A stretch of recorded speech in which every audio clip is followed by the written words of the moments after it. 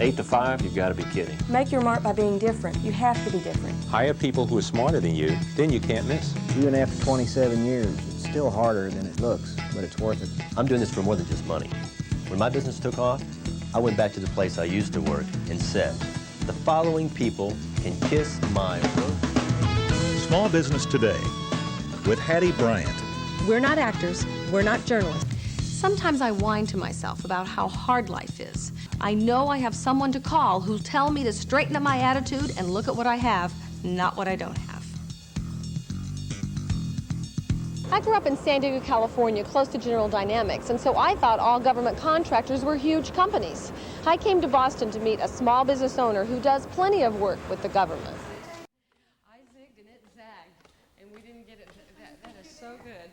Yeah, I mean, this guy is staying 30 seconds extra just to do this, and he says, hey, do I get paid for this? I says, yeah, I got paid for this. Our customers are typically organizations who want to focus their attentions on delivering their products and services. And they come to us to enhance their ability to do this by having us take over the operation of parts of their infrastructure. We run their computer centers, we run their stock rooms, we will manage their libraries. They will be within the Department of Defense. Joint Stars is a multi-million-dollar project Jim and I is involved with. You're the person who can explain this to me, right? Yes, I'll try. You're seeing targets coming down. They don't realize that they're being seen.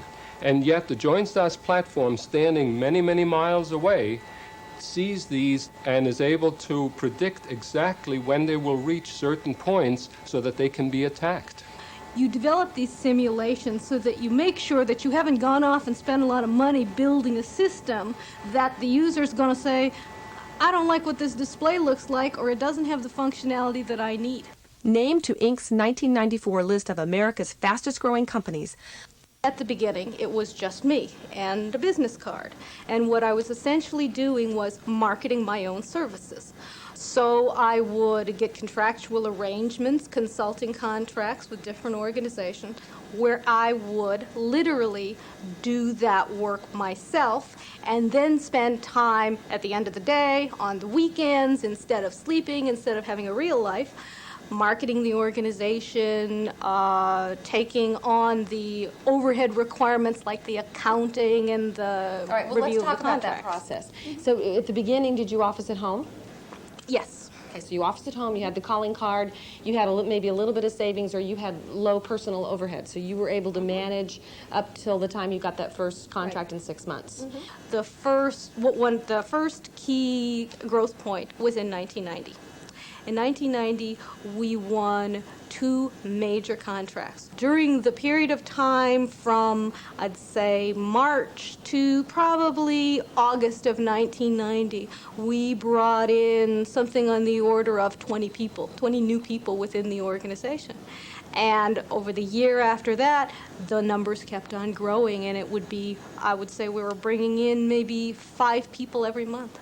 One of the things that we look for within the organization are individuals who are prepared to take accountability and take responsibility for the work that they're doing and really feel as though they want to create that job and they want to create that environment that is going to be theirs and that they're going to want to grow in. These people will tend to be people who are not afraid of conflict and the process of taking a current situation or a problem and working through it. One of the ways in which we sell ourselves is to demonstrate to the customer how we can go into an organization and by updating and streamlining the procedures, by bringing in new technology, we can save the customer money in the operation of that facility. Just last March, we were able to show one of our customers that there had been so many new tools that have been implemented and there were new procedures established that we could give them a credit of $100,000 on the operation of their system. So boom, they saved that money. So boom, they saved that money, and it was already under contract to us. We just wrote them a letter and said, we don't need this money anymore. We'll give it to you on a credit. That's good customer service. You'll get them again.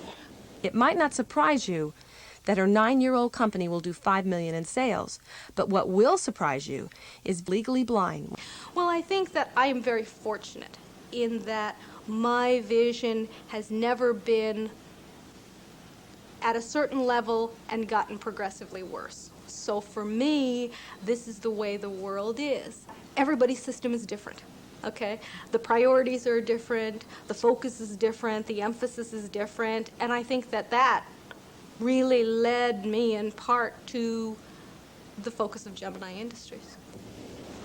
Oh, because you see things different than I see them. Right. So you can tell your customers that you can help them see things differently. There are times when it becomes an office joke because, for example, somebody will give me a contract to sign and I will pick up a pen and start to write and they'll say, oops, red ink, let's try that again, let's get her another blank contract.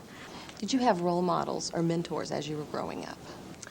I think that my parents were mentors and role models. We taught them the same traditional family values that we had, like belief in God, respect for parents and the elderly, desire to learn, and most of all, hard work.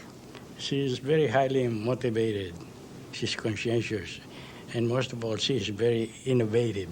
I tried to get books with large print. I even got eyeglasses, even suggested a cane, but she refused all this.